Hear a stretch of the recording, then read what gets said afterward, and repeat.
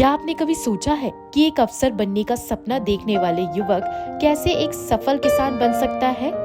जी हाँ, हमारे पास एक जीता जागता उदाहरण है। ये है अजीत कुमार राजपूत, जिन्होंने पढ़ाई छोड़कर खेती में ऐसा करिश्मा किया कि आज वह अफसर से भी ज्यादा कमा रहे हैं। खेतों में काम करते जिन्हें आप देख रहे हैं, ये है युवा किसान अजीत कुमार राजपूत।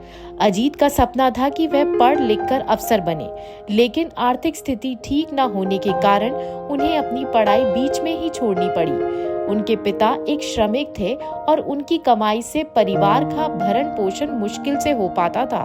के बाद घर की स्थिति ठीक नहीं थी।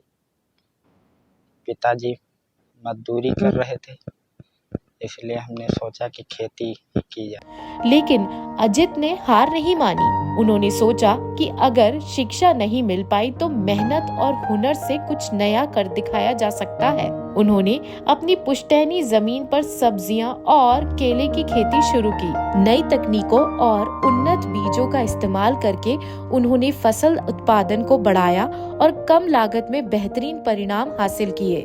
इसलिए कि कम लागत में केला की खेती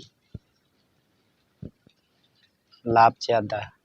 अजीत की मेहनत रंग लाई और उनकी फसल मार्केट में ऊंचे दामों पर बिकने लगी। आज वे एक सफल किसान बन गए हैं और उनकी सालाना कमाई एक अफसर की तनख्वाह से भी ज्यादा है। अजीत की इस सफलता ने उन्हें बाकी युवाओं के लिए प्रेरणा बना दिया है। मंडी, रायबरेली, लखनऊ। और अगर देखा जाए तो आप और किन फसलों की खेती कर रहे हैं?